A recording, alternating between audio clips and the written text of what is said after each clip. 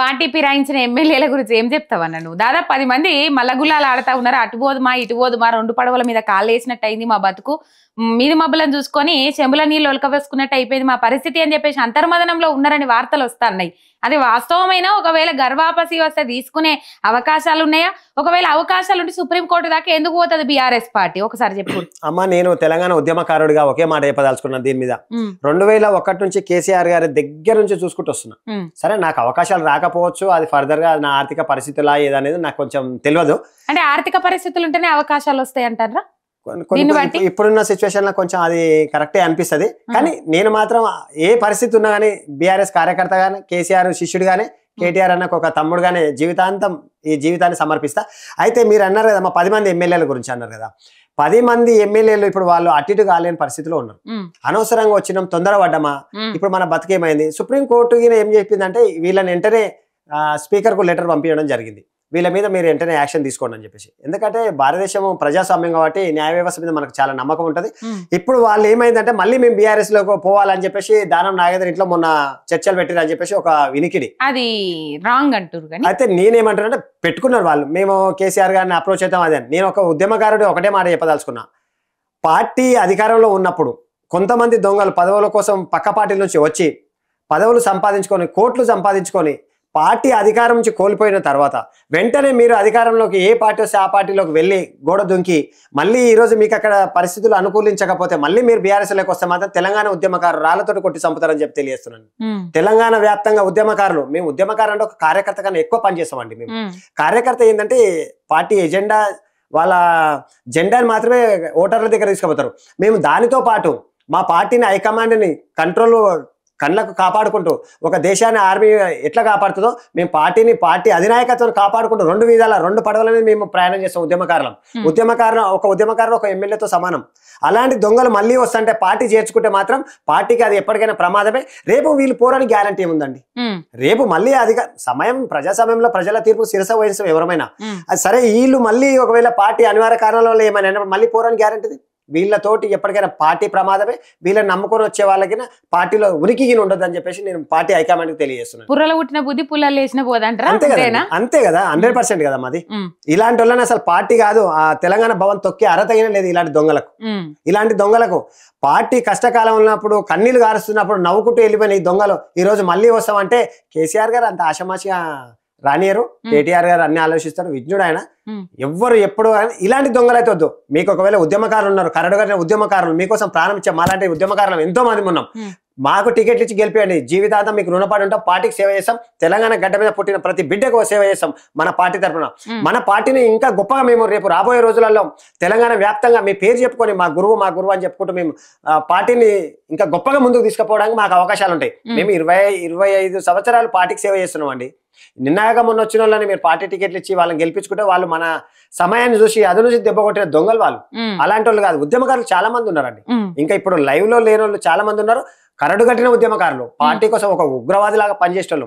మేము కష్ట నష్టాలు అన్నం తినకుండా పార్టీలు ఎక్కడ ఏ పిలిపించినా అని. 2001 ఒకసారి ఉద్యమం రోజులను యాద్ చేసుకుందామా? 2001 నుంచి 2014 దాకా. అన్న మీది ఏ ఊరన్నా? మాది షాద్నగర్ కాన్స్టెన్సీ అమ్మ, కేశంపేట మండల్, కాక్నూర్ విలేజ్ మాది. మేము కుర్మ, నా పేరు రమేష్ కుర్మ. మీ పేరేం? రమేష్ కుమార్. సీమల రమేష్ కుర్మ. మీ డాడీ పేరు? మా డాడీ పేరు సీమల సాయన్న. మా డాడీ ఆర్మీ కమాండో. తను వర్షంలో పిడివాడు చనిపోయాడు. హాలిడేస్ లో ఊరికి రావడం జరిగిందమ్మా. తను వర్షంలో పిడివాడు చనిపోయింది. ఊరికి వచ్చినాక పొలం కాడికి పోయి ఇంటికి వస్తుంటే పడ్డది కమాండో. డాడీ అప్పుడు హాలిడేస్ లో వచ్చిండు. మేమిద్దరం అన్నదమ్ములం. సీమల శ్రీనివాస్ కుర్మ, సీమల రమేష్ కుర్మ. మా కేశపేట మండలంలో ఇంచుమించు ఎవరైనా గుర్తుపడతారు. మా ఎమ్మెల్యే సాబ్ అంజయ్ యాదవ్ గాని, ఇప్పుడున్న ఎమ్మెల్సీ నవీన్ అన్న గాని, ఇప్పుడు అధికారంలో ఉన్న ఈర్లపల్లి శంకర్ కి తెలుసు. కాక్నూర్, కేశంపేట మండలంలో కాక్నూర్ అంటే అబ్బో అలా 2 అన్నదమ్ములు ఉంటారు అని చెప్పేసి ఇట్లా ఒక అడల్. ఇప్పుడు మీ డాడీ ఎప్పుడు చనిపోయిండు? మీరు ఎంత వయసు ఉన్నారు?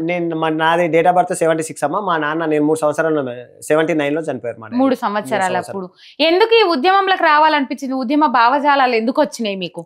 నేను అంటే 2001లో మీరు ఉద్యమంలోకి వచ్చారు కదా, అప్పుడు ఎన్నేళ్ళు మీకు?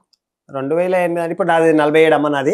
నేను ఒకటే చెప్తాను, రాజకీయాలకు వచ్చానంటే ఎన్టీ రామారావు గారు కల్వకుర్తి కాన్స్టెన్సీలో చిత్తరంజన్ దాస్ మీద ఎమ్మెల్యేగా పోటీ చేయడానికి వచ్చిండమ్మా. అప్పుడు నా వయసు 12 సంవత్సరాలు. 76 నుంచి 1 దాకా అంటే ఎప్పుడు? 12 సంవత్సరాలు నేను అప్పుడు 10 నుంచి 12 సంవత్సరాలు ఉంటా. 85 లో వచ్చిండు ఆయన. 85 లో చిత్తరంజన్ దాస్ పోటీ చేశాడు. హిందూపూర్ నుంచి కల్వకుర్తి నుంచి పోటీ చేయడం జరిగింది. అయితే ఆ రోజు నేను అనుకోకుండా నేను ఆమన్గల్కు సినిమా చూడడానికి వచ్చిన నేను. సరే ఎన్టీ రామారావు వస్తుందంటే సరే అని వెళ్దామని వెళ్ళా. సరే హెలికాప్టర్ వచ్చింది. తను అక్కడ నుంచి జామకాయలు వేసాడు ఇట్లా. నేను కొంచెం బక్క ఉన్న హైట్ ఉన్నా కాబట్టి నేను ఇట్లా పట్టుకుంటా. అయితే దొరకడం వల్ల నేను అనుకున్నా ఆ రాజకీయ నాయకులు అయితే ఈ విధంగా ఇంత పవర్ ఉంటుందా, సమాజాన్ని ఇట్లా ఏలగలొచ్చు అని ఆ రోజే నాకు ఒక మైండ్ లో పడింది. అది జీవితంలో రాజకీయ నాయకుడు కావాలి, ప్రజాసేవ చేయాలని. ఆ రోజు ఎన్టీ రామారావు గారు చిత్తరంజన్ దాస్ చేతిలో 4700 ఓట్లతో ఓడిపోవడం జరిగింది. అప్పుడు చిత్తరంజన్ దాస్ కి ఇదే కాంగ్రెస్ గవర్నమెంట్ రవాణా శాఖ మంత్రి ఇవ్వడం జరిగింది. అక్కడి నుంచి నేను బీజేపీలో కొన్నాళ్ళు జెండా మోయడం జరిగింది, టీడీపీలో కొన్నాళ్ళు జెండా మోయడం జరిగింది. ఇక మా బాపు తెలంగాణ కింగ్ టైగర్, ఈ భారతదేశానికి ఒక దిక్సూచిలా ఉన్న మా కేసీఆర్ గారు 2000 నుంచి ఉద్యమాలు స్టార్ట్ చేయడం జరిగింది. అప్పుడు నేను ఊర్లోనే ఉన్నామ్మా, ఆ పాల వ్యాపారం చేసుకుంటూ ఊర్లోనే ఉన్నా. అక్కడ కేసీఆర్ గారి స్పీచ్లు వినుకుంటూ అయితే తెలంగాణ గడ్డకి ఇంత అన్యాయం జరిగిందా, ఈ ఆంధ్ర వలసవాదులు ఇంతవరకు ఇంత నీచమైన పరిపాలన సాగిస్తూ మనకి ఇంత అన్యాయం చేస్తున్నారు అని చెప్పి ఆ రోజు నుంచి నేను ఆ మొత్తం అవలంబించుకోవడం నేర్చుకున్నా. నాగిన వచ్చేసాయి. అలా రోజు కేసీఆర్ గారి స్పీచ్లు వినుకుంటూ పూర్తిగా ఆయనకు అంకితం అయిపోయినా. మొత్తం ఇక జీవితం బతికున్న రోజు కేసీఆర్ గారికి అంకితం అని చెప్పేసి ఆ విధంగా నేను 2001 నుంచి ఒక్క రోజు మడప తిప్పకుండా ఎక్కడ ఉద్యమాలు ఇచ్చినా ఏది ఇచ్చినా 2014 వరకు అడుగు వెనక్కి వేయకుండా ప్రతి రోజు ఎక్కడ ఏది సభలు సమావేశాలు జరిగినా ఒక 10 మందిని వేసుకోవడం, నా డబ్బులు ఖర్చు పెట్టుకోవడం. ఇప్పుడు బాపు 2-3 సార్లు కరీంనగర్ నుంచి ఉప ఎలక్షన్లు ఉంటే నేను 2-3 కార్లు తీసుకొని రావడం, 10-20 మందిని ఎంబడి వేసుకోవడం, సిరిసిల్ల చొప్పదండి ఇవన్నీ అప్పుడు ఉమ్మడి కరీంనగర్ లో ఉండే. ఇవన్నీ తిరుగుకుంటూ అన్ని చేసుకుంటూ లాస్ట్ 2014 మన పార్టీ వచ్చేంత వరకు ఒక సైనికుడిలా పనిచేసిన. పార్టీ వచ్చి గెలిచిన తర్వాత మా బాపు ముఖ్యమంత్రి అయిన తర్వాత కొంచెం రిలాక్స్ అయినా. ఇంకెందుకు మా బాపు ఉన్నాడు కదా, మనకు మా అవసరం అప్పుడు అంతా ఉద్యమకారుల అవసరం లేదు. మా అంతా అప్పుడు ఏంటంటే డెవలప్మెంట్ చేయాలి అని ఇక బాపు 9 సంవత్సరాలు చూసుకోవడం జరిగింది. 9-9.5 సంవత్సరాలు సస్యశ్యామలం చేసిండు. అక్కడ 9.5 సంవత్సరాల తర్వాత అనివార్య కారణాల వల్ల బాపు ఓడిపోవడం, ఈ దుర్మార్గమైనటువంటి కాంగ్రెస్ పరిపాలన రావడం, బీఆర్ఎస్ పార్టీని కేసీఆర్ ని నామరూపాలు లేకుండా చేస్తా అది అని చెప్పడం వల్ల ఈ రోజు ఒక ఉద్యమకారుడు మళ్ళీ బయటికి రావాల్సిన అవసరం వచ్చిందమ్మ. మీరు 2001 నుంచి 14 దాకా దాదాపు ఒక 13 సంవత్సరాలు ప్రయాణం, పోరాటం, ఉద్యమం 2009 నుంచి మళ్ళీ ఉధృతమైంది. 2006 నుంచి జర అక్కడ దాకా కొంచెం అయినప్పటికి కూడా 2009 నుంచి 2014 దాకా ఉధృతమైన పోరాటం జరిగింది. ఈ పోరాటంలో మీరు బాగా ఇబ్బందికరమైన పరిస్థితులు ఎదుర్కొన్న రోజు అంటే కొట్టడము, జైలు వేయడము, ఇబ్బంది పెట్టడం ఇట్లాంటి పరిస్థితులు ఎన్నో చూసినాము. రాస్తారోకలు, ర్యాలీలు, ధర్నాలు. మీరు ఎదుర్కొన్న ఉద్యమంలో బాగా ఇబ్బందికరమైన పరిస్థితి ఏమున్నది? ఒకటి అమ్మ, నేను ఉస్మానియా ఆర్ట్ కాలేజ్ దగ్గర ప్రతి సభగా సమావేశాలకు అటెండ్ అయ్యేటోని ప్రతిసారి.